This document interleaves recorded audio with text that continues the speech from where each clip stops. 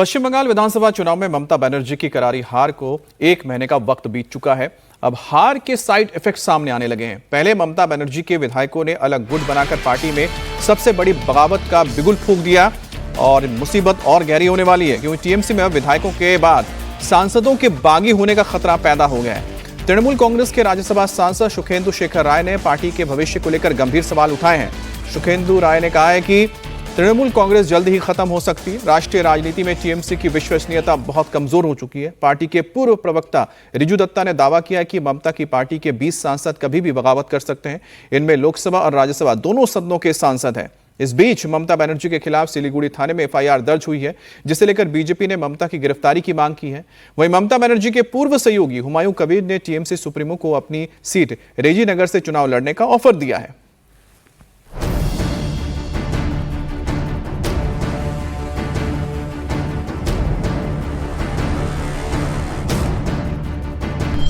ममता बनर्जी की पार्टी में बगावत जारी है। पार्टी के अंदर भी डेमोक्रेसी होना चाहिए। अगर डेमोक्रेसी नहीं होगा तो आप ज्यादा दिन सरवाइव नहीं कर पाओगे। भतीजे की हिटलर शाही से टूटेगी दीदी की पार्टी। ऐसे एमएलए जो एमएलए तब से जब अभिषेक बनर्जी शायद स्कूल में पढ़ते थे, उनको खड़े होकर स्टैंडिंग ओवेशन देना पड़ा। कहीं ना कहीं तो मन में लगेगा। विधायकों ने की खुली बगावत, अब सांसद होंगे बागी। धुरंधर पार्ट 1 है बंगाल विधानसभा, धुरंधर पार्ट 2 है देश का संसद। 20 सांसद एप्लीकेशन फॉर्म डाल चुके हैं। 28 साल में सबसे बड़ी टूट देख रही ममता बनर्जी की पार्टी को और झटके लग सकते हैं। पिछले 48 घंटे में 60 विधायकों ने अलग गुट बना लिया। रित उनके नेता बनकर नेता विपक्ष की कुर्सी पर बैठ गए। अभी ये सिलसिला बंद नहीं हुआ है। संकेत मिल रहे हैं कि विधायकों के बाद अब बारी सांसदों की है। टीएमसी के अंदर आवाज मुखर करने वाले सुखेंदु शेखर राय ने पार्टी को लेकर बड़े दावे किए हैं। सुखेंदु का कहना है कि विधायक दल के बाद अब संसदीय दल में भी दरार पड़ सकती है। लोकसभा और राज्यसभा दोनों में टीएमसी सांसदों में असंतोष बढ़ रहा है। आने वाले दिनों में लोकसभा और राज्यसभा के कुछ सांसद पार्टी छोड़ सकते हैं। सुखेंदु शेखर हार के बाद से ही ममता बनर्जी और उनके भतीजे पर हमलावर हैं। हार के लिए सीधे पार्टी और नेता के तौर तरीकों को जिम्मेदार ठहरा रहे हैं। जब आरजी कांड हुआ तो समझना चाहिए था कि जो जनता हमको चंद महीनों पहले इतना समर्थन दिया है, वही जनता लाखों की संख्या में सड़क पर उतर गए, रात जाग रहे हैं आरजी कांड के कारण। ये भाषा हमको तो समझना चाहिए था। दुनिया भर जहां लोकतंत्र है, अगर कोई पार्टी जनता की आवाज को नहीं समझ पाते तो उसका पतन अनिवार्य है। पश्चिम बंगाल की विधानसभा में इस वक्त ममता की पार्टी के 60 विधायक अलग गुट में शामिल हो चुके हैं। दावा किया जा रहा है कि इसका असर संसद तक पड़ेगा। पार्टी के पुराने लोग इन अटकलों को हवा दे रहे हैं। धुरंधर पार्ट 1 है बंगाल विधानसभा, धुरंधर पार्ट 2 है देश का संसद। क्योंकि जो हालत है, इस हालत में तृणमूल कांग्रेस में कोई रहना नहीं चाह रहा है।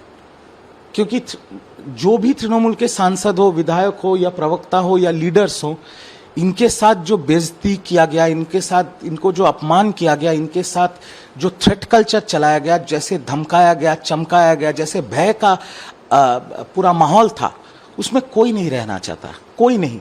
मेरे पास तो इतना भी खबर है कि 20 सांसद एप्लीकेशन फॉर्म डाल चुके हैं बीजेपी के दफ्तर में, पर बीजेपी ले नहीं रही है। खबर सूत्रों के मुताबिक मेरे पास खबर है कि शायद 9 सांसदों का एक शॉर्ट लिस्ट बना है। अब बीजेपी पार्टी जानती है, मैं तो बीजेपी में नहीं हूँ, बीजेपी जानती है किसको लेगी किसको नहीं लेगी, या किसी को लेगी भी कि नहीं लेगी। बट इतना है कि 20 सांसद ने एप्लीकेशन फॉर्म फिलअप करके रखा हुआ है। पहले हार और अब पार्टी में फूट, सबकी जबान पर एक ही वजह है और वो है अभिषेक बनर्जी।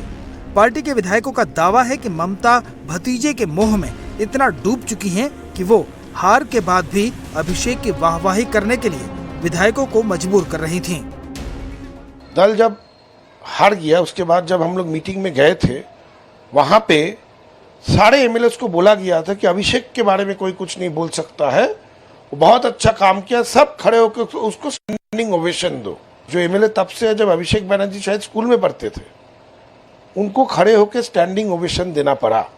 कहीं ना कहीं तो मन में लगेगा, कहीं ना कहीं तो कुछ तो इसका रिएक्शन होगा। अभी भी अगर दल यही सोचते हैं कि हम ही लोग सब कुछ है, किसी से कोई डिस्कशन नहीं करना है, किसी का कोई ओपिनियन नहीं लेना है, हम लोग डिसाइड करके आप लोग को बोल देंगे और आप लोग को वही राह में चलना पड़ेगा, ऐसे होते हुए आया है। आज जब मौका मिल रहा है कि इसको नकारने का, लोग नकार रहे हैं। विधायकों में असंतोष की चिंगारी तब फूटी जब अभिषेक बनर्जी ने विधानसभा के स्पीकर को शोभन देव चट्टोपाध्याय को नेता प्रतिपक्ष बनाने की चिट्ठी दी। उसमें फर्जी साइन भी करवाए। इसमें सीआईडी की जांच भी शुरू हो चुकी है। अभिषेक की यही हिटलरशाही पार्टी के नेताओं को बहुत अखर रही है। अभिषेक बनर्जी का कोई भूमिका ही नहीं रहेगी, उनका साथ ये हमारा लेजिस्लेटिव पार्टी का कोई संबंध ही नहीं है, उनके साथ आवाम का भी कोई संबंध नहीं है, दूर दूर तक बंगाल का आवाम का कोई संबंध नहीं है। अगर संबंध होता तो 26 दिन छुपे नहीं रहते थे, निकल कर आते थे। जैसे चोरों को पीटा जाता है ऐसा पीटा गया। इस सारे घटनाक्रम पर ममता खामोश है। गुरुवार को उन्होंने नेताजी सुभाष चंद्र बोस को श्रद्धांजलि दी। कालीघाट मंदिर में दर्शन के लिए भी गईं, लेकिन अपनी चुप्पी नहीं तोड़ी। उनकी खामोशी के बीच एक और मुसीबत शुरू हो गई है। गुरुवार को ममता बनर्जी के खिलाफ एक एफआईआर दर्ज हो गई। एडवोकेट रिंकी सेन चटर्जी ने सिलीगुड़ी साइबर क्राइम स्टेशन में ये केस दर्ज कराया है।